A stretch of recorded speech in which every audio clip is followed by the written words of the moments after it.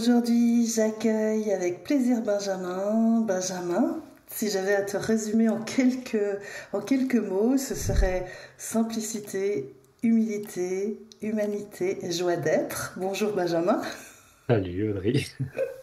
Donc on s'est rencontrés grâce à ton podcast, L'Instant Vertical, dans lequel j'avais témoigné. Aujourd'hui, je suis ravie vraiment d'inverser les rôles. Parce que avant de parler de réalisation du soi, tu as aussi un parcours de travailleur social, de médecine restaurative. Tu as aussi traversé de nombreuses expériences spirituelles que tu vas nous raconter. Merci d'être là. Avec joie. Donc, spontanément, par quoi tu aurais envie de commencer? Vu que le thème de ton podcast c'est expérienceur, j'ai envie de te raconter peut-être quelques expériences. Mhm. Et ces expériences, je les mets tout de suite en perspective dans le sens où c'est des expériences. Dans le sens où il y a une expérience qui peut être vécue. Et à ce moment-là, il y a eu une réaction de ma part qui a été de poser plein de questions, etc. Mais a posteriori, des années après, c'était juste une expérience qui n'a ni queue, ni tête, ni sens particulier, qui a juste été quelque chose de vécu, et c'est là-dedans déjà que j'ai envie de le raconter. Et c'est un truc tout bateau que je vais vous raconter, un truc absolument pas paranormal, et pourtant c'est comme ça que je l'ai vécu à l'époque. C'était, j'ai, c'était, je sais plus quand, mais c'était il y a 12, 13, 14, 15 ans. 15 ans. J'ai commencé un cursus en sophrologie et ce cursus m'a amené à avoir une pratique régulière de la relaxation profonde. Et quand j'ai commencé à m'habituer à descendre dans des couches un peu plus profondes, tout d'un coup, je me suis rendu compte que j'avais énormément de terreur, que j'étais angoissé au possible. Et je voyais bien que c'était surprenant pour moi parce que je n'avais aucune conscience de cette terreur. Alors que, en fait, quand je l'ai découvert, je fais, bah oui, en fait, c'était pas présent dans tous mes actes de vie quotidienne, dans mes pensées, dans mes manières de faire. C'était juste que j'étais tellement habitué que je me rendais pas compte. Et là, j'étais comme face à ce mur de terreur. Et ce qui a été un choix que je me suis dit, OK, soit je referme la porte, comme c'était possible, mais je me suis dit que je pouvais le faire. Et soit je vais dedans. Et là, j'ai utilisé des outils donc de la relaxation pour aller m'acclimater à cette terreur. Et au bout de quelques semaines, suite à énormément de synchronicité, un film, un livre, une phrase par-ci, voilà, il y a tout qui a commencé à couler, à jaillir. Cette peur a pu exister et grâce à cette pratique de la relaxation, il y a un moment, elle a pu disparaître. Quand je vous dis disparaître, ça fait euh, tous les trucs, voilà, comme un gros truc qui lâche, voilà, et hop, elle a disparu. Et là, il y a eu une grande phase un peu de post, comme si on avait un poids énorme pendant longtemps et que tout d'un coup on l'a plus. Il y a un truc un peu de phase de béatitude, genre ah, enfin soulagé, etc. Et ça a été une expérience fondatrice. Donc je me suis dit, ouais, j'en ai tiré plein de conclusions de ce truc-là. Mais au final, ça a été une expérience fondatrice qui a amené, qui a réveillé le goût de l'exploration intérieure. Voilà, ça a été quelque chose de très très fondateur. Et ce qui est fou là-dedans, et c'est pour ça que j'aime bien cette histoire, parce qu'en fait elle est assez simple, mais en fait c'est toutes les synchronicités qui étaient exactement parfaites, comme d'habitude. Cette synchronicité qui faisait qu'à un moment je décide d'aller voir tel film et que au moment dans ce film, il y avait un petit garçon qui avait exactement la peur qui m'habitait à ce moment-là, quoi, et que le petit la traverse la peur. Et là, forcément, sans me vouloir, je suis en plein cinéma et je pleure en fait. Parce que quelqu'un est en train de faire ce que là, ce qui s'apprête à vivre en fait. Et donc, ça fonctionne.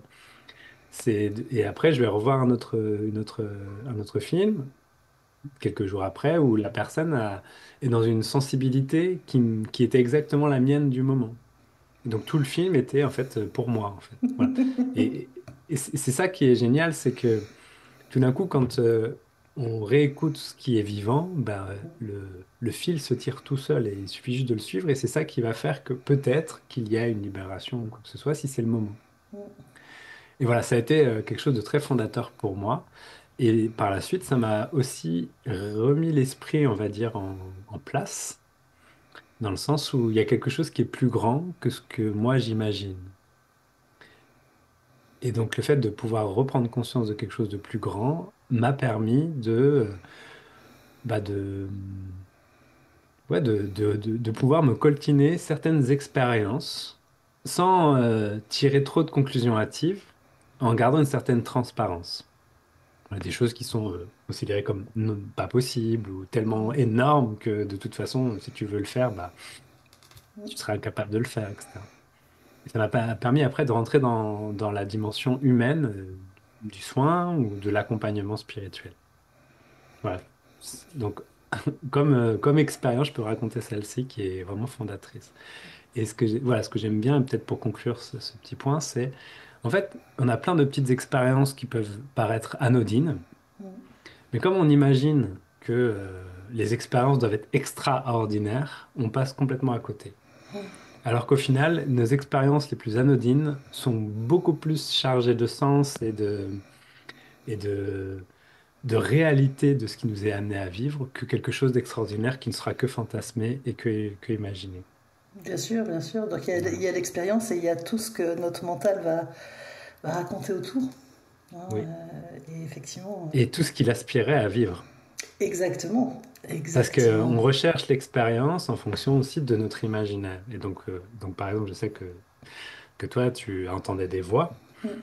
Et donc forcément, entendre des voix, ça peut paraître extraordinaire, mais au final, si on tire, etc., si on regarde bon, d'un autre côté, on entend tous plein de petites voix constamment dans la tête. Voilà. Effectivement, effectivement. Après, il y a certaines personnes qui entendent des voix très très négatives et, Voilà. voilà, Voilà, et qui vont pas gérer du tout ce côté-là. Non, mais c'est pour dire que des fois, on a l'impression que c'est extraordinaire, mais qu'au final, l'extraordinaire est beaucoup plus près de l'ordinaire, Bien et que sûr. c'est juste qu'il a une couche d'imaginaire qui met dessus, et si on enlève cette couche d'imaginaire, en fait, on peut commencer à regarder les choses telles qu'elles le sont. Ouais, Voilà. exactement. Ça, c'est Et un truc important pour moi en tant qu'expérienceur, tu vois. ouais, bien sûr. Parce que, et j'insiste là-dessus parce que c'est aussi ce que ouais, mon accompagnement se base beaucoup là-dessus. C'est-à-dire que des personnes peuvent arriver avec des trucs les plus extraordinaires possibles. Et il y en avait, hein, des fois, tu fais des trucs, bon, bah, ça, c'est pas possible. Oui, oui. Et en fait, c'est pas de dire que c'est pas vrai. Au contraire, c'est de prendre ça comme quelque chose de complètement réel, mais d'aller essayer d'enlever les couches de mysticisme, Bien sûr. ouais, d'imaginaire dessus pour revenir, en fait, l'expérience, le perceptif dessus est la seule réalité et ce qui est de la compréhension, etc., n'a pas les clés pour comprendre le perceptif. Ouais, c'est ça, c'est notre mental en fait. Mhm. Et c'est bien le problème finalement de notre société où, comme dans notre société plutôt matérialiste, l'invisible n'existe pas, pour certaines personnes en tout cas, l'expérience cherche à être comprise. Enfin, le Oui. mental va chercher à mettre ça dans des petites cases Mhm. pour donner une certaine réalité en fait à l'expérience, puisque c'est censé ne pas exister. Et c'est là Oui, que toute l'histoire derrière va se construire mhm. pour essayer d'y mettre du sens. Oui. Et ce qui est fou, enfin, ce qui est fou et Hum, totalement, on va dire, même humain, hum, c'est que si on regarde bien et si on observe avec honnêteté, c'est pour ça que je rappelle aussi que ces expériences n'ont pas forcément le sens qu'on leur accorde. Enfin, pour moi, en tout cas, dans mon vécu, c'est que on va voir que ça est beaucoup quelque chose autour de la survie de l'ego qui va être en jeu. Ça veut dire que la survie de l'ego doit passer par la reconnaissance d'une existence propre singulière. Et tout d'un coup, je deviens exceptionnel parce que je vis quelque chose d'exceptionnel. Alors qu'il n'y a rien de plus basique que ça. C'est le petit enfant qui veut la reconnaissance de ses parents, qui veut qu'il soit exceptionnel, qu'il soit aimé pour ça, etc. Et on est dans ces schémas-là et également dans les espaces de spiritualité Bien sûr. où les expériences faites concrètement, donc au niveau corporel et ressenti, il y a clairement expérience. Et quand c'est emparé par le mental, comme tu le disais, tout de suite, on arrive dans les schémas du mental qui sont bah, je suis exceptionnel, j'ai des dons, Exactement. voilà, c'est parce que j'ai besoin de redorer une image, une estime de moi-même, etc.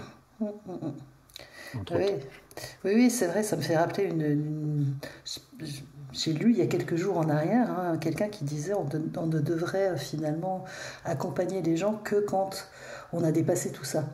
Oui. Parce que effectivement, ça enlève beaucoup de choses derrière, d'interprétation et ouais, c'est beaucoup plus juste finalement quand on se rend compte que en fait c'est très humain et Oui, que finalement j'aime beaucoup ton exemple parce que finalement tout est expérience. oui, Tout est expérience et tout amène finalement à, à retourner à l'intérieur de soi euh, et peut-être à laisser faire le processus. oui, au final, c'est une sorte de... Ben, il y a un mouvement et c'est ce mouvement, il est naturel et ce mouvement, il se fait vraiment tout seul. Et ce qui est rigolo, c'est que quand on se focalise uniquement sur l'expérience, on a l'impression que ça doit aller quelque part. Et cette croyance que ça doit aller quelque part, c'est encore une fausse croyance dans le sens où il y a une arrivée à ça. Et je peux dire ça parce que j'y ai joué beaucoup en fait. J'ai été un yogi pendant des années, j'ai été en Inde, j'ai fait des massages, voilà, j'ai fait plein de trucs quoi. J'ai, quand je propose des retraites, c'est assez expérientiel mes retraites dans le sens ouais, je crée des causes et des conditions qui vont faire émerger des choses qui sont pas de l'ordre du quotidien en fait. Et je fais rien moi, c'est juste que c'est les causes et les conditions qui font que ça peut se manifester comme ça. Et ce qui est rigolo, c'est qu'on peut tout de suite se rendre compte de si on avait voulu le faire pour de vrai, on pourrait pas le faire. C'est ça. Mais le truc, c'est que ça n'envoie nulle part. Et c'est ça qui est difficile peut-être à comprendre pour certaines personnes, c'est qu'il y a vraiment cette aspiration qu'il y a bien un moi futur qui sera ce moi, grâce à mes expériences, je serai libéré de ça. Grâce à mes expériences, je serai une personne plus zen, plus sage, plus parfaite. Mais cette image de la perfection, elle n'existe que dans la tête.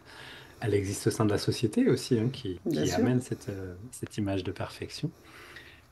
Mais au final, si on regarde vraiment ce qui se passe maintenant, au-delà de cet aspect expérientiel, l'expérience peut se tourner vers une forme de réalité qui n'a absolument pas besoin d'un processus qui amène quelque part.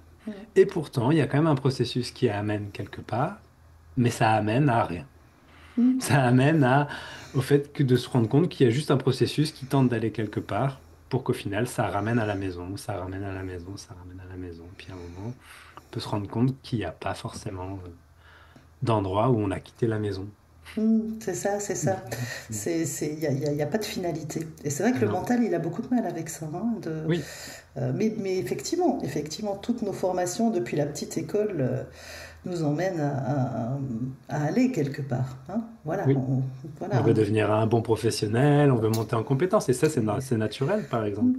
Là, par exemple, on en parlait tout à l'heure en off, j'ai repris un métier il n'y a pas longtemps, bah, j'ai énormément de choses à apprendre dans ce nouveau métier pour être efficace, pour pouvoir avoir l'œil, etc. J'ai toute ma neuroplasticité qui doit s'adapter à ce nouveau métier. Voilà. Mais ça, c'est de la science, je veux dire. C'est du, c'est du, c'est du psychocorporel, c'est de la mécanique. Dans ce qui est visé par les aspects de la recherche spirituelle, donc quand on veut vivre des expériences spirituelles, on recherche une nature véritable, quelque chose qui a une essence. Et ça, il n'y a pas besoin de l'apprendre. Et pourtant, comme on ne sait pas par où passer, et que ce truc-là qui régente notre vie, qui se dit, Ouais. tiens, c'est moi qui décide par où je vais, lui, il est dans le fonctionnement d'apprendre. Donc Et le forcément, mental, oui. il est obligé d'entrer dans une dimension d'apprentissage. Et c'est rigolo parce que à la fois c'est comme ça, et à la fois c'est pas comme ça. Et c'est des paradoxes dans lesquels bah, ces paradoxes laissent vraiment beaucoup de place à de l'interprétation. Mm. Et, et quand on recherche du sens à des paradoxes, on devient fou. Mm. Il n'y a aucun sens au paradoxe, donc on se Mm. dit, bah, c'est soit l'un, soit l'autre. Mm. Ah oui. Non, c'est les deux. Mm. Et ça n'a aucun sens pour quelque chose de rationnel. C'est ça, c'est ça. C'est Et lui. c'est là que les expériences, elles deviennent puissantes sur lesquelles on peut Mm. s'appuyer. Mm. C'est, par exemple, d'avoir une expérience, je sais pas, tu peux ressentir une sensation énergétique qui traverse tout ton corps Mm. et qui est Mm. perceptible concrètement, mais comme tu peux rien voir et rien entendre, à part, je sais pas, ce Mm. qui se passe des manifestations sur quelqu'un, Mm. tout de suite le rationnel va s'emparer de l'expérience en disant, bah, il le fait exprès, ou il est en train de jouer un rôle, ou un truc comme ça. Et là, on voit bien que ça s'appuie sur des choses différentes. D'un Mm. côté, le ressenti, le ressent, et c'est une évidence qu'il y a quelque chose qui est en train de se passer. Mm. Et en même temps, un rationnel qui cherche à s'agripper à du connu. Mm. Pourquoi? Bah parce qu'il a peur. Et c'est C'est ça. l'un et l'autre, c'est pas ou l'un ou l'autre. C'est ça. Et dans les deux côtés, comme tu dis bien, il y a des interprétations dans les deux côtés, Oui, effectivement, et que ça soit... ouais, ouais, c'est très juste. on peut pas s'empêcher d'interpréter. Ça, c'est un truc aussi important Mm. que, voilà, qui a eu besoin de s'apaiser. Mm. Parce qu'il y avait une tentative, en fait, de vouloir empêcher toute forme d'interprétation. Mais Mm. ce que je suis est aussi interprétation. Mm. Bien sûr. Il n'y a aucun problème à ce qu'il y ait de l'interprétation. Mm. C'est le jeu de la mécanique mentale. Et Par là, contre, de tirer des conclusions et de figer ça dans des cases, mm. si dans une case il y a beaucoup de rigidité, Mm. et bien en fait, on va juste jouer à rester dans des cases. Mm. C'est comme une sorte de juste milieu, vous voyez, un peu dans le zen, on parle du bouddhisme aussi, on parle vraiment Mm. un peu de la voie du milieu. À Mm. la fois, je suis dans la rigidité parce que j'ai besoin d'une forme, d'un cadre, et à la fois, je suis dans la souplesse pour pouvoir Mm. danser. Voilà. Si j'ai Mm. pas de structure, si je suis pas droit Mm. dans ma posture, ma danse, elle va risque d'être, Mm. elle va être, je vais tomber, je vais pas avoir d'équilibre, etc. Donc j'ai besoin d'une Mm. certaine posture, mais pour pouvoir avoir le plus de fluidité possible. Mm. Donc de la structure pour du mouvement. Voilà, c'est un peu la même chose au niveau de la pensée, en fait. Ouais, bien sûr. D'avoir assez d'appui pour pouvoir avoir du discernement et pouvoir faire de la discrimination, sans pour autant croire au sens de pas, enfin de foncer tête baissée, on va dire, dans toute forme d'expérience, qui du coup au final va juste être un vecteur d'apprentissage de la discrimination et Mm. par exemple d'avoir une sensation de combien de fois j'ai rencontré des personnes, il suffit qu'ils s'arrêtent 2 minutes et qui tout d'un coup prennent conscience de la sensation énergétique et tout d'un coup ils ont l'impression d'être beaucoup plus grands que leur Mm. corps, donc ce qui est une sensation très, on veut dire, commune d'une réharmonisation énergétique d'un organisme psychocorporel. Mm. Et tout d'un coup, ils disent, oh, c'est ça l'éveil. Voilà. Et c'est tellement naturel et Mais oui. tellement naturellement humain que je trouve ça beau et touchant, en fait. Mais cette, ouais, cette nature humaine a aussi besoin de s'appuyer sur de la discrimination dans le sens discernement. Et ce discernement ne peut passer que par l'expérience directe. Donc, en fait, on en revient à la boucle. C'est toutes les expériences, il n'y a qu'expérience, il n'y a qu'une manière subjective de vivre cette expérience pour construire une forme de discernement, pour voir, comprendre et se prendre en flagrant délit de mettre des histoires dessus. C'est clair, et c'est vraiment par l'expérience qu'on avance en fait et qu'on apprend. Oui, C'est là aussi où nos systèmes d'apprentissage, voilà, dans la scolarité et compagnie, oui. et même les formations après plus grand, hein, c'est vraiment dans la pratique et l'expérience qu'on avance, quoi. Mm. Ouais. D'ailleurs, tu vois, j'ai fait partie des personnes qui ont eu une réflexion par rapport à ça, qui ont mis en place des pédagogies alternatives. D'ailleurs, mon métier, c'est encore l'éducatif, donc c'est aussi Mm. d'aller remettre de l'expérience concrète Mm. dans la vie éducative. Au final, c'est juste un mouvement naturel de l'être humain. Mm. Et on pourrait croire que, par exemple, l'éducation nationale ne s'empare pas de ces Mm. sujets-là, mais il s'en empare, évidemment, Mm. parce qu'au final, en regardant un minimum l'enfant, quand on a de Mm. l'intérêt pour l'enfant, eh bien, on va là-dedans. Et on peut quand même voir qu'il y a une dimension didactique très descendante Mm. parfois. Mais je veux dire, c'est plus une approche subjective de Mm. l'enfant Et quelque part, plus on a accès même à notre échange là, ou Mm, qu'on a accès à de l'information, on va dire, ça bouge tout mm, doucement, mais l'intérêt, la vision de l'enfant est très en évolution. mm, Et ce qui va revenir, et ça revient souvent sur faire l'expérience. Ce mm, qui est la démarche scientifique, hein, également, hein, je veux dire, mm, on peut bien parler sûr. de la science et de la chose, mais Mm, la démarche scientifique, elle est vraiment en mm, train de nous donner un nouveau regard sur le monde qui est, on se base sur des faits. Et bon, pour exactement. avoir des faits, il faut vivre l'expérience. Sinon, Exactement. Mm. on n'est que dans l'imaginaire, en fait. Ouais, ouais, bah, les quelques scientifiques qui passent, qui sont passés sur le podcast, en fait, ils décrivent bien ça. On va pas dire, par exemple, je pense à Evelyne Elzasser qui étudie les vécus subjectifs de contact avec les défunts, qui Mhm. dit, mais moi, ça m'est égal que l'au-delà existe ou pas. En fait, l'expérience, elle est là. Les gens que j'ai eu dans mon étude relatent tous des choses qui Mhm. puissent... Enfin, voilà, et on s'en base aux faits, en fait. Hein. Exactement. Et ça, c'est vraiment quelque chose qui est très Mhm. chouette. Et effectivement, finalement, peut-être dans le chemin, en fait, j'ai l'impression finalement que la partie humaine en souffrance, qui cherche à sortir de sa souffrance, en fait, c'est ça Oui. qui nous emmène en fait vers cette recherche intérieure, la sophrologie, la méditation, etc. Mhm. Et que finalement, ça fait juste partie du parcours.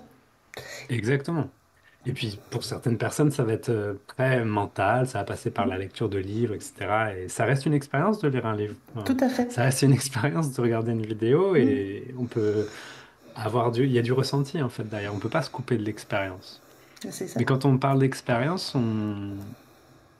on oublie qu'il y a un expérienceur. Mm, Enfin, on voit qu'il y a un expérienceur. mm, Et donc là, on commence à rentrer dans un sujet un petit peu mm, plus subtil. mm, mm, Mais au final, qui fait l'expérience de mm, quoi, en fait? mm, Et mm, si cette question commence à devenir un petit peu plus concrète, on peut se mm. rendre compte qu'il y a bien expérience de la part d'un organisme qui se C'est prend ça. pour quelqu'un, etc. Mais qu'au final, il n'y a pas une personne qui fait l'expérience de quoi que ce Mm, soit, il n'y a que vécu. mm. C'est ça.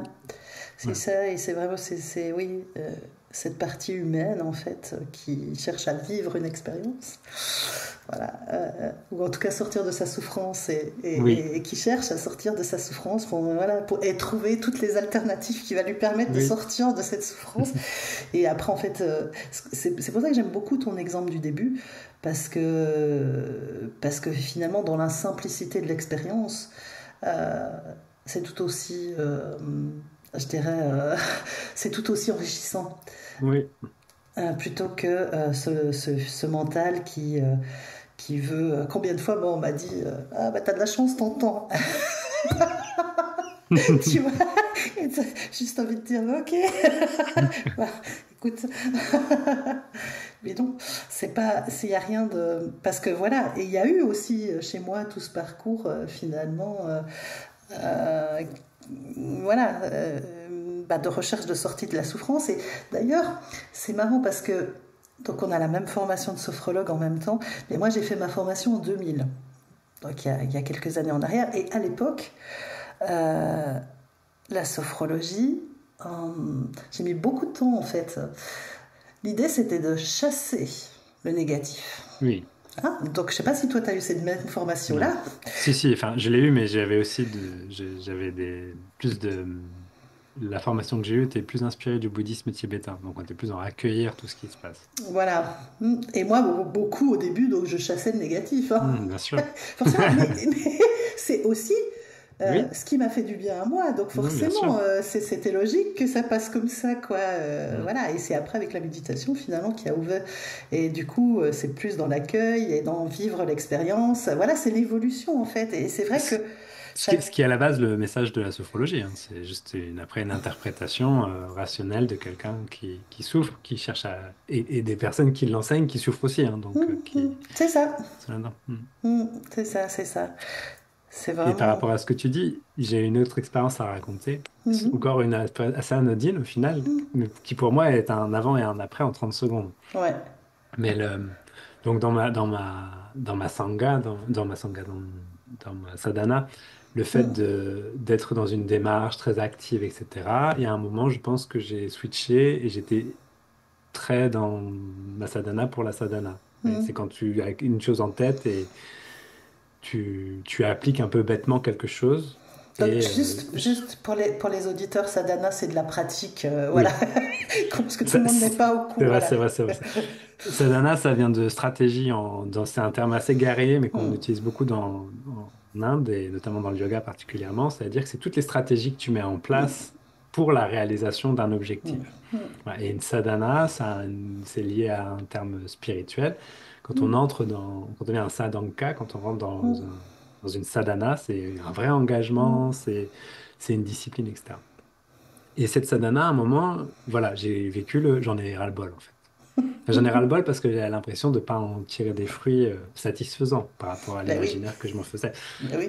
Ce qui, avec le recul, était exactement les fruits que j'espérais. Donc ça, c'est rigolo. Et à un moment, au final, j'ai vu un film, je ne sais même plus c'est lequel, et il y a juste une phrase dans ce film qui dit les gens qui pratiquent le bouddhisme et le yoga sont en train de courir après quelque chose qu'ils ne pourront jamais atteindre. Bam, je me mange une claque forcément parce que j'étais exactement dans cette démarche. Et là, je prends au pied de la lettre cette phrase. C'est-à-dire que le film continue à se défiler, mais moi, je suis plus du tout en train de regarder le film. Je suis en tête. Ok, tiens, c'était l'heure, c'était mûr pour que ça fait ça. Et Ouais. là, je fais ok. Si, est-ce que je ne peux pas vivre autre chose que ce que je suis en train de vivre maintenant? Est-ce que c'est vrai? Oui. Je ne peux pas vivre autre chose que ce que je suis en train de vivre maintenant. Donc, si là, si on dit que Dieu est partout, Dieu est tout le temps avec moi, Dieu est forcément là maintenant. Ok, donc Dieu, si tu es là, ça veut dire que quoi que je fasse, c'est la réponse de Dieu. Et à partir de ce moment-là, je commence à parler avec Dieu à ma manière. Donc ça passe par des livres, des phrases. Je prends un livre, ok, qu'est-ce que tu me dis là? Ouf, ok, je comprends, paf, paf, paf. Et là, je commence à avoir une autre démarche qui n'est du coup plus focalisée sur l'après, mais qui est revenue sur le maintenant. Quel est mon dialogue avec le plus grand que moi, en fait? Mm. Et ça a tout changé. C'est-à-dire qu'en 30 secondes, une petite phrase dans un film a fait basculer toute une attention vers quelque chose de hyper lointain, alors pour revenir à un dialogue très concret qui, final, a fait que, au final, ma sadhana s'est transformée, est devenue beaucoup plus subtile, beaucoup plus intérieure et beaucoup moins dans le corps, etc., pour arriver dans de la subtilité. Cette sadhana, hop, un petit claquement de doigts, juste une petite phrase a fait que ça a tout changé. Et pour l'expérience, du coup, j'avais un petit jeu de cartes, comme j'imagine que beaucoup des gens qui écoutent ce genre de podcast ont, évidemment, parce que ça fait partie du package, n'est-ce pas? C'est ça. Donc les petites cartes, voyez. Et donc là, c'était les cartes des anges du jeu de la transformation, certains qui connaissent, j'imagine aussi. Et donc, je tire la grâce. Ah oui, oui, bien sûr, la grâce, bah oui. Non. Et puis le lendemain, je retire la grâce. Et puis le lendemain, je retire la grâce. Et pendant 20 jours, j'ai tiré la grâce. Donc, ce qui est statistiquement pas possible. Et je mélangeais, à un moment, voilà, je faisais tout, la grâce, etc. C'était vraiment enfin, oui, pour appuyer le fait que c'était absolument pas compréhensible, raisonnable. Ça met en. Voilà, c'est un truc tout bête, c'est une carte que tu tires tout le temps et je pense que ça arrive à tout le monde en Ben, fait. bien sûr. Voilà. Mais c'est juste que là, c'était encore plus fort parce que ça accompagnait ce petit mouvement en fait, très subtil qui en fait a retourné mon attention et mon attention a commencé à s'intéresser à des nouvelles choses à partir de là qui étaient complètement mises de côté parce que dans mon imaginaire, c'était pas ça, c'était pas là qu'il fallait aller, etc. Et au final, ça a ramené de la simplicité en me disant, en fait, j'en sais rien, je n'ai que à suivre par où ça part dans l'instant. Et là, c'est un pas, là, ça me fait faire ça, là, hop, je vais là. Et fil en aiguille, bah, c'est devenu juste bah, la réalité. C'est-à-dire, Le c'était sortir de quotidien. l'imaginaire, le quotidien, pour ça, en fait. Mm. Ouais, Et c'était plus moi qui étais à la manœuvre, à la c'est barre. ça. Je laissais la vie se manifester, se faire reconnaître, en fait, par ce qui percevait tout ça. Ouais, Et ouais. donc, moi, j'ai pas eu des voix comme, enfin, ça m'est déjà arrivé, mais dans des états de modifiés en retraite, en fait, de pouvoir entendre des voix. Donc, c'est dans des endroits un peu particuliers avec une énergie particulière. Mais pour moi, l'intuition se manifeste à travers quelque chose de très sensitif qui est comme se Mm, sentir guidé. Enfin voilà, ça se fait tout mm, seul en fait. mm, Et ça n'a pas besoin de passer par avoir à entendre des voix. Mais ça a cet avantage, enfin en tout cas je trouve, quand ça mm. passe par le corps, bah, de reconnaître en final l'intelligence du corps aussi qui n'a pas besoin de concepts. Voilà, il est fatigué, il a envie d'aller à gauche, il va à gauche, etc. Mais c'est intéressant parce que tu vois, moi j'ai dû faire l'inverse. C'est que en fait j'ai dû revenir au corps. Mm. C'était la sensation corporelle qui me permettait de valider finalement Oui. l'information que je recevais finalement sur ce que j'appelais à l'époque des voix. Euh, Mm. Ouais, bien mais sûr. Et ça fait du coup pour pour encore appuyer ça, au final, tant qu'on a un regard très mental de l'expérience qu'on peut avoir, on va forcément tirer des conclusions hâtives sur, on va prendre des vessies pour des lanternes. Quand le corps s'en mêle, quand lui ne ment pas le corps, donc quand les sensations et le ressenti, le sentir en fait s'en mêlent, il amène une stabilité nécessaire pour pouvoir discerner. c'est ça. Est-ce que c'est de l'ordre de ce qui est de l'ordre du concret? Est-ce que de l'ordre de la projection? C'est ça. Voilà, c'est vraiment la boussole, quoi. C'est vraiment la Ouais. boussole. Puis après, en Ouais. fait, il n'y a même plus besoin de la boussole, en fait. C'est, Oui, en fait, il arrive à un moment où, quand justement il y a cette présence de l'instant qui est là, bah, en fait, on se pose même plus la question. C'est là, quoi. mais oui, bien Et sûr. ça se manifeste, en fait. Et c'est Et ça oui, bien sûr. qui est assez cadeau dans Et le il y a, il chemin. y a eu, il y a rien besoin de faire pour qu'il y ait quelque chose qui se manifeste. Par contre, il y Ouais. a la croyance de se dire que pour ce que j'imagine qui devrait se manifester, il faut que je fasse quelque chose. Et ça, c'est vrai. Pour que tu aies ces trucs-là exactement que tu veux voir, il faudrait que tu fasses plein de trucs pour l'avoir. Sauf que ça se passe pas exactement comme on l'a imaginé et que c'est pas forcément là qu'est l'intérêt et l'essence. C'est ça, c'est ça. C'est là qu'on se perd dans des chemins de traverse Voilà. au lieu de prendre l'autoroute. Et l'exemple flagrant qui est, enfin en tout cas qui a été aussi mon exemple concret par rapport à la souffrance, tu l'évoquais tout à l'heure, donc la souffrance qui est évidemment, enfin je veux dire, comme tout le monde, j'aspire à être totalement libre de la souffrance. Mais tant que je crois que ça va venir grâce à mes efforts, grâce à ce que je vais réussir à mettre en place, eh bien en fait, je suis juste en train de cultiver ce truc souffrant qui veut se libérer de la souffrance. C'est Et ça. c'est pas parce que je focalise sur la souffrance qu'il y a souffrance en fait. C'est un cercle vicieux sans fin. Et dès que c'est vu, il n'y a pas forcément cette sensation de souffrance qui est liée. Et pourtant, dès que ça se prend en jeu de devoir faire et ceci et cela, etc. Voilà. Et pourtant, c'est quand même nécessaire de mettre en place des choses. Voilà, à un Bien moment, tu sûr. as peur, il y a quelque chose de voilà, ça te demande de répondre à cette peur, ça va faire l'action qui est en adéquation avec ta mécanique.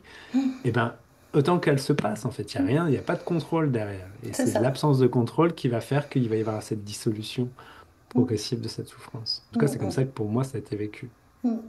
C'est clair. C'est clair. Enfin voilà. Et c'est ça qui est compliqué. C'est finalement enfin, pour moi, ça a été de lâcher ce mental qui était hyperactif. Voilà. Et la méditation, la sophrologie, ça m'a permis cet apaisement Mm. qui, voilà. Et il y a 50 000 chemins, effectivement. Parce qu'effectivement, j'ai rencontré des gens qui se sont ouverts grâce à un mental hyper, avec Ouais, beaucoup de ouais, lecture, avec beaucoup de... Donc ouais. Ouais, j'ai trouvé ton exemple fort intéressant pour ça, parce que oui, et c'est aussi Enfin voilà, il y a autant finalement de chemins que de personnes sur cette planète, quoi. exactement. Ça veut dire que c'est très subjectif et il n'y a que son propre. Enfin voilà, on essaye, quand on écoute des témoignages, j'imagine comme là vous êtes en train d'écouter ce que je raconte, on pourrait se dire, oh tiens, moi j'ai pas vécu ça, ou moi je l'ai vécu différemment, etc. Mais en fait, on s'en tape de ce que vous avez, enfin, ce que moi j'ai vécu. Ce qui est important, c'est ce que vous vivez, ce qui vous est offert à vous maintenant. Et c'était dans ce petit moment subtil que j'ai raconté où voilà, si Dieu me parle maintenant, il parlait pas aux autres, il parlait à moi. Mais oui, À moi. Ouais, parce que j'étais un expérienceur, là. mais Donc c'est il me parle à ça. moi. Donc comment est-ce que Dieu vous parle maintenant? Voilà. Et il peut vous parler à travers les autres, il peut vous parler à travers les livres, il peut vous parler à travers la nature, à Exactement. travers un insecte qui vient vous poser sur la main. Si pour l'instant il y a besoin d'avoir ce truc qu'il y a Dieu et moi, bah, C'est créons ça. cette relation à Dieu, ou Dieu ou autre mot, hein, je veux dire, peu importe, hein, l'univers, la conscience, etc. Oui, oui, oui. Voilà. Oui, oui, c'est vrai qu'à un moment donné, en fait, le haut de la montagne, il est le même pour tout le monde, en fait, hein. Oui, C'est là où... c'est, la dernière fois, je parlais avec José Leroy, qui est un auteur assez connu de ce milieu-là. Il donnait une image très juste, je trouve. C'est qu'en fait, on pourrait dire que peu importe la voie spirituelle, la religion, le chemin, etc., c'est comme les barreaux d'une roue. Et au milieu de la roue, il y a le vide. Et au final, plus tu te rapproches du vide, plus les concepts, enfin, moins les concepts, moins les rites, etc., n'ont d'importance. Ils deviennent de plus en plus symboliques pour, en final, même finir. Il n'y a plus rien de l'ordre de l'imaginaire dedans. Tout à fait. Mais plus tu t'éloignes, Tout à fait, tout à fait. Et c'est vrai que c'est... plus tu dois pointer vers ça. Et donc, tu utilises des mots, tu utilises des concepts, tu utilises de la compréhension. Et au final, la compréhension, qu'est-ce que c'est? C'est déjà quand la compréhension, elle arrive sur aucune expérience, elle permet de s'ouvrir à la possibilité de faire une expérience. Donc sans compréhension, sans base solide sur laquelle s'appuyer, c'est trop flippant d'aller faire une expérience. Donc par exemple, je ne sais pas, si quelqu'un veut aller faire de la respiration holotropique et qu'il n'y a aucune explication, rien du tout, franchement, on va se dire, non mais si je respire comme ça pendant des heures, je vais mourir. Ah oui, Voilà. Donc on t'apporte de la compréhension, de l'explication pour te rassurer, tout à pour fait. que tu sois libre de faire l'expérience. Et c'est la même chose pour la prise d'ayahuasca ou je ne sais pas tout ce qu'on pourrait imaginer. Donc déjà, ça, c'est utile. Ensuite, la compréhension, elle permet, une fois qu'il y a eu expérience, qu'il y a eu vécu, bah, comme ça a été vécu, ça peut casser le savoir pour entrer dans la connaissance. Ça veut dire, de par mon expérience, bah, tout ce que je croyais savoir sur ça, bah, en fait, si je ne l'ai pas vécu comme ça, donc ça remet un peu de souplesse, de transparence là-dedans. Et surtout, il y a de la connaissance qui est vécue. Et des fois, il y a des choses qu'on a vécues qu'une fois, et du coup, on aspire, comme on l'a vécu qu'une fois, eh ben, on veut le revivre, et C'est du ça. coup, on court après le truc.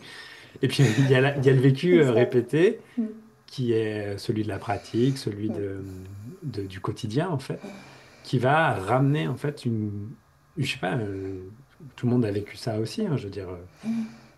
Au début, on ne sait pas ce que c'est d'aller à tel endroit. Une fois qu'on y est, on sait ce que c'est. Et c'est pas du tout comme on l'avait imaginé. Ben voilà, ce petit truc-là, c'est la même chose d'un point de vue spirituel. C'est clair, et du coup, c'est là qu'on se rend compte comme c'est simple. Oui, c'est très très simple. C'est très très simple. Et quand on voit tout ce qu'on a pu construire autour, qui justement étaient des kilomètres de la... Oui. Et c'est un truc tout bête, mais par exemple, moi je regarde des séries, des trucs comme ça, comme tout le monde. Enfin, j'imagine. C'est pas. Mais je veux dire, moi j'ai plein d'imaginaires sur ce qu'est New York ou Los Angeles. J'imagine Los Angeles, un endroit hyper dangereux, voilà, avec certains quartiers. Enfin, mais je n'ai jamais été à Los Angeles. Je veux dire, le jour où je vais à Los Angeles, je vivrai les différents quartiers de Los Angeles. Je veux dire, avec mon corps, avec mes sons, enfin toute la vie sensitive, ma pensée. Je suis sûr que ça va déconstruire tout ce que j'avais imaginé. Bah, c'est la même chose pour la spiritualité, c'est la même chose pour tout, hein, de toute C'est façon. ça. Donc la spiritualité, en fonction de la culture qu'on a eue, est-ce qu'on a une culture catholique, est-ce qu'on a une culture laïque, une culture anti-religieuse, c'est pas la même chose. Bien sûr.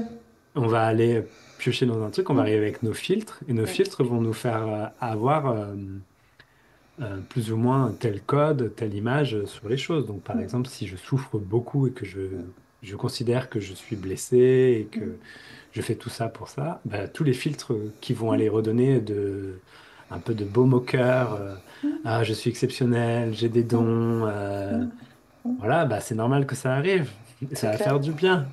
Mais c'est pas là que c'est pas la fin du chemin. La fin du chemin, c'est quand on se rend compte qu'il n'y a pas de chemin. C'est ça. Et quand on accepte les deux côtés. Oui, Le côté souffrant aussi, parce qu'il disparaît oui, pas, les aléas de la vie sont bien toujours sûr. là. Mais du coup, c'est vécu voilà, sur le même chemin. Mais Oui. ce que j'aime bien aussi, enfin, et c'est là où finalement, si tu veux, par rapport à quelqu'un qui va vivre euh, extrêmement de souffrance, qui va avoir peut-être passé par la psychiatrie ou ce genre Mhm. de choses, moi aussi ça m'a amené, déjà il y avait avec la sophrologie des questionnements et de dire mais en fait non, c'est peut-être pas la voie voilà, de mettre à l'extérieur le négatif, etc., voilà, ce mental qui veut se séparer de quelque chose, quoi, de se débarrasser en tout cas de ce qui fait mal. Et puis finalement la pratique, tu vois, je vois mon ancien métier d'infirmière où finalement on passait notre temps à ressasser avec la personne qui vit quelque chose d'extrêmement difficile, à lui faire raconter ça et en fait, c'est d'un point de vue maintenant, je me dis mais waouh, je suis pas sûre que ça soit non plus quelque chose qui puisse l'aider. Et d'un point de vue, tu vois, pour aller un peu dans le sens de ce que tu es en train de dire, la souffrance qui nous est offerte, c'est ce qui nous est offert.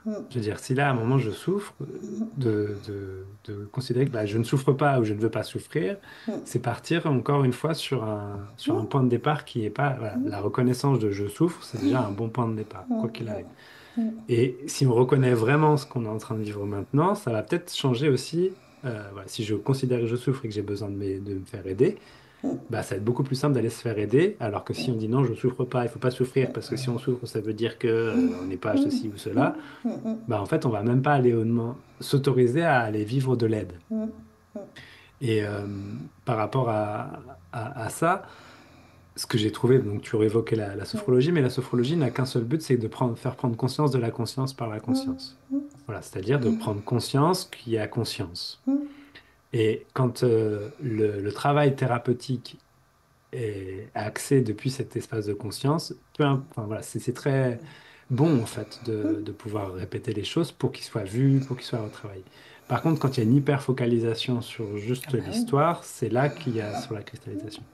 Et ce qui je trouve chouette aujourd'hui, c'est qu'on voit bien au final que la plupart des techniques thérapeutiques, des méthodes, enfin, je veux dire aujourd'hui, si on va avoir le psychothérapeute, il y a peu de chances pour qu'il soit formé uniquement à la psychanalyse. Voilà, je veux dire aujourd'hui, toute cette dimension transpersonnelle vraiment imprègne de plus en plus les démarches et vraiment pour le bon côté en fait, parce que c'est évident qu'on peut pas s'arrêter là-dessus. Et on peut dire merci à Jung, on peut dire merci à Freud d'avoir mis des bases à la psychanalyse, on peut dire merci à Jung d'avoir pété les cadres de Freud en fait. Et on voit que tout le monde a sa part, etc. Mais si tu lis Lacan, je veux dire, Lacan parle aussi de ça, en fait. Il parle du grand autre, il parle... Voilà, tout le monde parle de la même chose, c'est comment on l'interprète et comment aussi on, on- on s'empare de sa propre guérison, tu vois. C'est-à-dire que si je m'en remets que, ça peut être important dans le monde de s'en remettre à quelqu'un parce qu'on a besoin de soutien et on a besoin d'une épaule et d'une béquille. Mais tant que ça restera comme ça, à un moment, ça aura des limites. Quand on s'engage là-dedans, on va pouvoir commencer à partir de notre propre vécu. Sauf que des fois, les vécus sont trop lourds pour pouvoir le faire. Ah, c'est ce qui se raconte, hein, encore une fois, même si ça peut être dur de se le dire, c'est ce qui se raconte. Et, et au fond du fond, l'aspect ouais, de cette souffrance, de cette démarche-là, c'est comme, comment il s'appelle? Arnaud Desjardins qui disait quelque chose d'assez juste, que j'utilise souvent aussi dans mon accompagnement, c'est de dire, voilà, tout le monde aspire à être un papillon, parce que c'est la métamorphose, j'ai changé de forme, etc. Je suis une meilleure version de moi-même, je suis plus coloré, plus gentil, parce que les chenilles, c'est moche. C'est ça. Voilà. Sauf que pour atteindre le stade de papillon, la chenille, il faut quand même qu'elle soit un minimum en bonne santé. Parce qu'il y a plein de chenilles qui n'atteignent pas le stade de papillon parce qu'elles meurent avant, en fait. Parce qu'elles meurent avant, parce qu'elles s'autodétruisent, elles se focalisent uniquement sur leur souffrance, etc. Donc, pour moi, enfin, j'ai une approche très transpersonnelle, donc, comme on l'avait déjà évoqué. En fait, tant que la chenille ne se prend pas soin d'elle-même, il y a peu de chances qu'elle perçoit le papillon, en tout cas d'une manière. Voilà, sinon ça lui tombera peut-être dessus, etc. Mais ça se trouve, elle n'aura même pas les clés pour les comprendre. Mais sinon, il faut quand même que la chenille, elle prenne soin de soi. Et pour moi, c'est là où il y a un petit endroit très subtil qui est souvent, et c'est là où on prend des vessies pour des lanternes, la dimension spirituelle n'emmène pas à devenir un papillon, Mm, une meilleure version d'elle-même. mm, Elle met en lumière qu'il n'y a jamais eu de chenille et jamais eu de papillon à devenir. mm. Et cette dimension de la chenille qui devient un papillon, on est dans le domaine de la thérapie, du développement de la personne, qui du coup est nécessaire pour ceux qui en ont besoin. Mais l'essence de tout ça n'a jamais besoin de devenir quelque chose de mieux ou de moins bien. Ouais. Mm. Voilà. Ouais. Et on ne peut s'en rendre compte que si, enfin, c'est plus simple de s'en rendre compte quand ça va, quand ça va, que quand tout est horrible et tout est Bien stressant sûr, et que bien sûr. les tensions, c'est comme ça. Voilà, donc la voie thérapeutique, pour moi, est une vraie voie spirituelle Mm, aussi. mm. Bien Pas sûr, pour la thérapie en elle-même, mais ce vers quoi elle pointe, en fait. bien sûr. Bien sûr, bien Mm. sûr. Comme la voie de l'entraide, la voie communautaire, etc. En fait, chaque chemin a sa Exactement. raison d'être, en fait, hein, quelle qu'elle soit. Et j'irais même jusqu'à dire que chaque humain va trouver la voie qui lui correspond. Oui. Et puis, peut-être qu'au final, la voie qui vous correspond, vous êtes déjà dedans, mais Mais c'est bien juste que vous sûr, l'acceptez pas. c'est ça. C'est ça, c'est juste une histoire de conscience.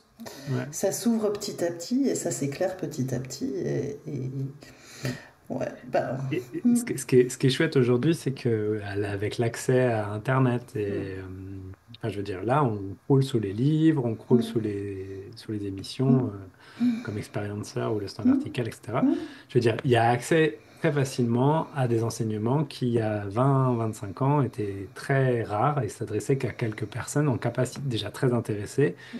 et qui avaient soit le pouvoir de pouvoir aller se déplacer à l'autre bout du monde C'est pour ça. rencontrer des enseignants, il fallait parler d'autres langues, Mm, capacité à en lire dans d'autres langues, etc. Aujourd'hui, c'est plus le cas. mm, Et donc, euh, c'est très simple. En fait, il n'y a rien de... Enfin, voilà. Là, mm, je vais balancer un pavé dans la mare. mm, Vous êtes déjà votre véritable nature. Vous pouvez faire enfin, tout ce que vous recherchez, tout ce qui est recherché par tous les humains depuis la mm, nuit des temps est accessible là maintenant en 15 secondes. mm, Voilà. mm, Par contre, la libération de la souffrance, mm, du point de vue ne plus avoir d'angoisse, etc., ça, c'est quelque chose qui est très physique, mm, émotionnel, et donc mm. il y a une dimension matière, C'est la ça. dernière nouvelle, vous pouvez pas changer un corps Mm, en quelques instants. Ça mm, demande du temps, en fait. Que mm, quand la tension et il y a conscience de sa véritable nature, on va dire que le corps est de plus en plus laissé tranquille, et la mutation vers une certaine droiture, ou je sais pas, pas droiture, mais quelque chose où il y a moins de résistance à ce qui provient, va se faire petit à petit. Il y a de l'intégration. mm, C'est pas la nature qui s'intègre, c'est la relation à la véritable nature. Donc, c'est la fin de la séparation. c'est ça. Mm, Voilà. Et, et c'est ça, en fait, c'est là où il y a des pièges en train de se dire, bah, en fait, j'y suis pas encore. mm, Ce sera plus mm. tard, parce que je vis pas comme C'est ça. Ramana Maharshi C'est ou ça. je suis pas Jésus. La nature, l'essence de Ramana Maharshi, la naissance de Mm, Jésus, c'est la mm, même pour tout le mm. monde. C'est ça. C'est pour ça qu'on peut parler à Jésus, c'est pour ça qu'on peut avoir des voix de Marie, c'est pour ça qu'on fait tout ça. Et que ça, ça, ça peut se manifester aussi. Bien sûr. Mais pourtant, c'est pas vraiment Marie, c'est pas pourtant Jésus. Ben oui. C'est quelque chose de symbolique qui Mm, se manifeste et mm. qui, voilà. Ouais, c'est clair. Une dernière petite question. Comment tu vois la maladie? C'est quoi pour toi?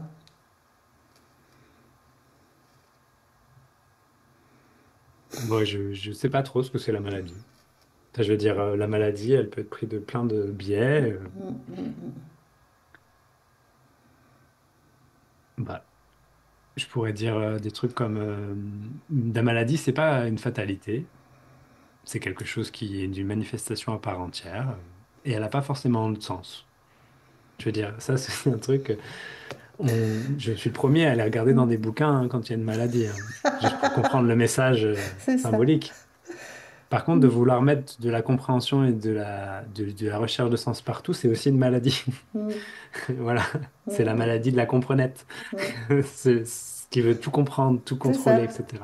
Mm, Et donc la maladie, c'est pour moi une manifestation. Donc, tu vois, j'étais formateur pour des écoles de naturo. Donc, si tu prends la version naturo, eh ben, c'est une histoire de terrain qui se manifeste. Et voilà. J'ai quand même des liens avec des médecins. Et pour eux, bah, c'est autre chose. Voilà. Peu importe j'ai pas de définition, enfin, en tout cas d'explication à ce que c'est la maladie. C'est juste, Une pour moi, un ensemble expérience. d'une expérience, des causes et des conditions Mm. qui se manifestent. Mm. Si quelqu'un trouve un sens à un moment à sa maladie et que ça lui permet de suivre son fil, eh ben, tant mieux. Si c'est pas le cas, eh ben, tant pis. Mm.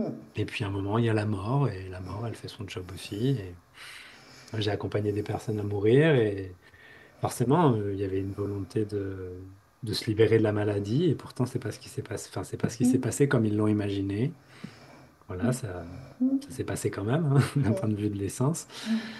Euh, et pourtant, ils avaient vraiment cherché c'était quoi le sens de leur maladie, etc. Et j'ai trouvé aussi que de rechercher trop de sens à sa maladie, c'était une manière juste de se conforter dans une forme de culpabilité et de dire j'ai mal fait ceci, j'aurais dû faire cela, il faut que je fasse ceci. Et on est encore dans ce même schéma, voilà, de meilleure version de moi-même, de tentative C'est ça. de devenir un papillon, etc., même quand on est malade. Mm. Et quand je dis ça, je suis pas en train de dire qu'il faut pas le faire, hein. Mm. Je veux Bien juste sûr. dire que quand c'est vu, eh Mm. ben, peut-être qu'on peut se rendre compte que ça n'a pas la force que ça Mm. a. Et que parfois, bah, pour certaines personnes, ça peut être un vrai coup de pied aux fesses, ça peut être un vrai moteur. Et voilà, et j'ai fait partie de ces gens Mm. qui ont eu des coups de pied aux fesses de ce Mm. genre. Mm. Voilà, moi, on va dire que ma grande compréhension des choses a commencé quand je me suis cassé les deux genoux, quoi. Mm. C'était pas de la maladie, c'était des accidents, mais quand même, voilà, il a fallu que je me sèche un bon coup pour me faire, ok, je peux apprécier la vie différemment. Ouais, tout à fait. Oui, ce qui a déclenché, un des déclencheurs, ça a été un kyste cancéreux sur le rein. Et là, c'était pareil. Donc c'est pour ça, je trouve très intéressant. Voilà. En tout cas, je te Et pour, remercie. Ouais. pour clôturer sur la maladie, en fait, la maladie, c'est un très bon exemple, je trouve, comme on va vite poser des définitions. Donc, soit on a une définition médicale, soit une définition antimédicale, C'est ça. mais ça reste des définitions, et tant qu'on Mm. pose des définitions figées sur les choses, Mm. bah, en fait, on peut remarquer que c'est un mécanisme du mental de Mm. se rassurer dans sa petite case parce que c'est rassurant, tant C'est mieux si ça. c'est rassurant pour vous. Mm. Mais si il y a l'honnêteté, on va dire, Mm. spirituelle qui peut Mm. naître, cette soif spirituelle, Mm.